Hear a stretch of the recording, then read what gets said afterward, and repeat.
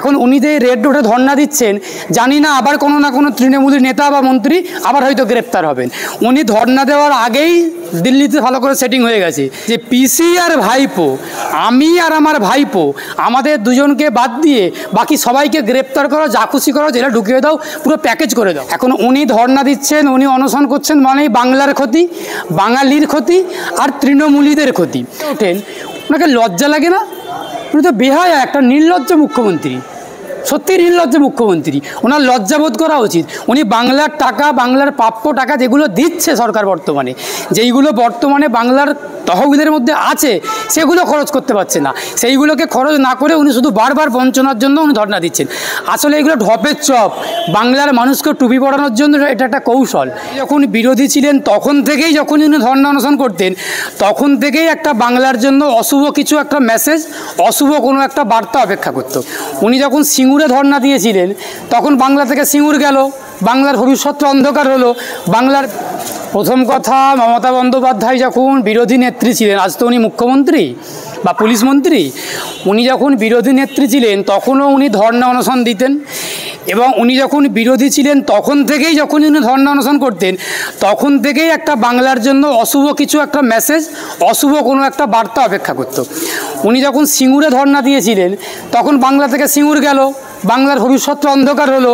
বাংলার বেকার যুবদের, বাংলার মানুষের বেকার, বাংলার যুব সম্প্রদায়ের একটা ক্ষতি হলো।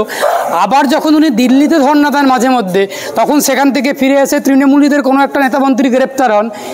এখন উনি ধর্ণা দিচ্ছেন, উনি অনশন করছেন, মানেই বাংলার ক্ষতি, বাঙালির ক্ষতি আর তৃণমূলীদের ক্ষতি। এখন উনি যে রেড রোডে ধর্ণা দিচ্ছেন, জানি না আবার কোনো না কোনো তৃণমূলের নেতা বা মন্ত্রী আবার হয়তো গ্রেপ্তার হবেন।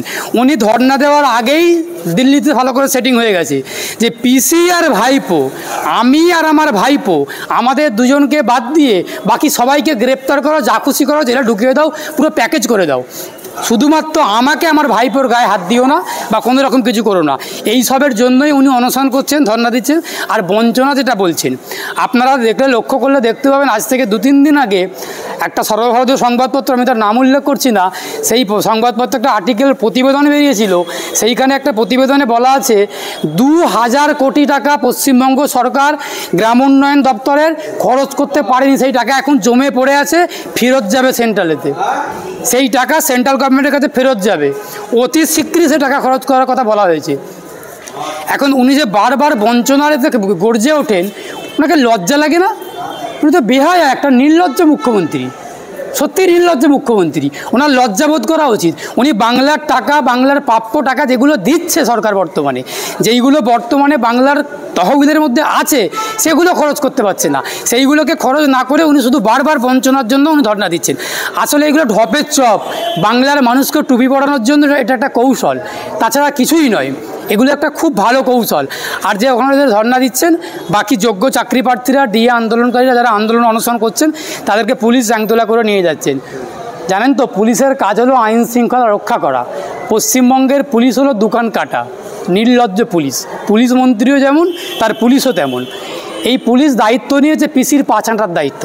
যত বেশি চাটতে পারবে তত বেশি পদোন্নতি হবে, তত বেশি পদক পাবে, মেডেল পাবে, তত বেশি পুরস্কৃত হবেন।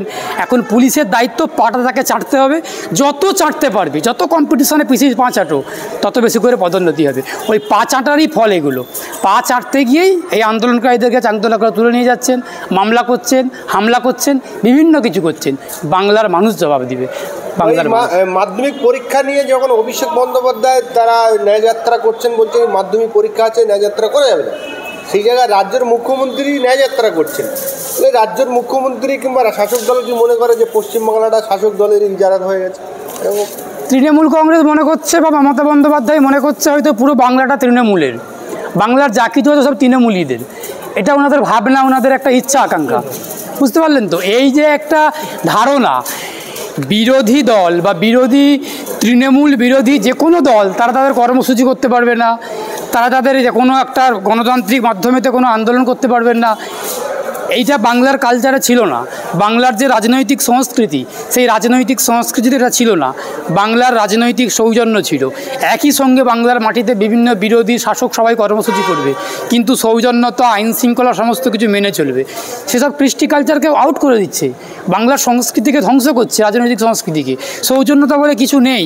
যা করবে তৃণমূল করবে, যা কিছু করবে তৃণমূল করবে, বাকি কেউ কিছু করতে পারবে না। এই মাধ্যমিক পরীক্ষার যে উপমা দেওয়া হচ্ছে, ঠিকই কথা। তো মাধ্যমিক পরীক্ষার সময় কোনো কর্মসূচি না থাকাটাই তো উচিত, কিন্তু তৃণমূল কংগ্রেস করছে কীভাবে? প্রশ্নটা তো ওখানটাতেই। এখন তৃণমূল কংগ্রেস যদি মাইক বাজিয়ে, ডিজে বাজিয়ে, বক্স বাজিয়ে রাজ্যের মুখ্যমন্ত্রী, প্রশাসনিক প্রধান, তিনি যদি করতে পারেন, একটা আন্দোলন করছেন, ধর্ণা দিচ্ছে, রাস্তা অবরোধ করে ব্যস্ত, এতে সিটিগুলোর মধ্যে থেকে দাঁড়িয়েও একটা মানুষ যাতায়াত করে, রেড রোড একটা দারুণ ব্যস্ত রোড, সেখানে দাঁড়িয়ে উনি কর্মসূচি করছেন। আমরা অতীতেও দেখেছি যে তৃণমূল কংগ্রেস যখনই করবে, পুলিশ তাকে দরাজ সার্টিফিকেট দেবে, পুলিশ তাকে ছাড়পত্র দেবে। কিন্তু অন্য কোনো বিরোধী দল যদি কিছু করে, যদি অন্য কোনো গণসংগঠন কিছু করে, কোনো অনুমতির প্রশ্নই ওঠে না। আর অনুমতিকে অগ্রাহ্য করে করলেই মামলা হবে, হামলা হবে, এইসব হবে। আমরা দেখছি যে একদিকে যারা বঞ্চিত আসছে তারা ধর্ণা দিচ্ছেন, কান্নাকাটি করছেন। আরেকদিকে দেখলাম যে অভিষেক বন্দ্যোপাধ্যায় কিছুদিন আগে রাজভবনে, আজকে দেখলাম রেড রোডে মমতা ব্যানার্জি ধর্ণা দিচ্ছেন, সেখানে ডিজে বাজছে, নাচা গানা চলছে। সাধারণ মানুষের কাছে কোন ধর্ণাটা গ্রহণযোগ্য? আপনি কোনটাকে গ্রহণ করবেন বলুন? দেখুন, আমি আইনজীবী হিসেবে, আমি অ্যাডভোকেট শেখ বাবুলাল, আমার নিজের দায়িত্বে বলছি এটা। তৃণমূল কংগ্রেসের 21-এর মঞ্চে যেমন পাগলু পাগলু গান হয়, পাগলু ডান্স হয়, আর তৃণমূল কংগ্রেসের যেখানে ধর্ণা হবে, যেখানে অনশন হবে, যেখানে যে কোনো কর্মসূচি হোক না কেন, সব কিছুর মধ্যে ওদের একটা রোমাঞ্চকর পরিস্থিতি থাকে। ওদের দলটাই তো, তৃণমূল কংগ্রেস দলটাই তো একটা অসভ্য বর্বরদের দল, আদর্শ নীতিহীন আর নীতি আদর্শহীন দল। ওদের ওই যে একটা উচ্ছৃঙ্খল, বিশৃঙ্খল, এইসব নিয়ে ওদের দলটা মেচে থাকে। তো অভিষেক বন্দ্যোপাধ্যায় কোথায় যাচ্ছেন? রাজভবনে। আর মমতা বন্দ্যোপাধ্যায় যাচ্ছেন দিল্লি, রাজভবনে এদিক সেদিক করে ঘুরে বেড়াচ্ছেন। এই সব করে উনি বারবার একটা বোঝাপড়া করা, একটা গোপন আঁতাত করার চেষ্টা করছেন। আঁতাত আগেও করেছেন, আপনারা দেখেছেন বা দেখছেনও। ঝাড়খণ্ডের বর্তমান পদত্যাগী মুখ্যমন্ত্রী হেমন্ত সোরেন, উনি গ্রেপ্তার হয়েছেন। কেজরিওয়াল দিল্লির মুখ্যমন্ত্রী, তাকে ইডি সিবিআই সমন ডেকে পাঠাচ্ছেন। আপনারা দেখেছেন আরও বিভিন্ন অনেক রাজ্যের মুখ্যমন্ত্রী, অবিজেপি মুখ্যমন্ত্রীগুলোকে ডেকে পাঠানো হচ্ছে।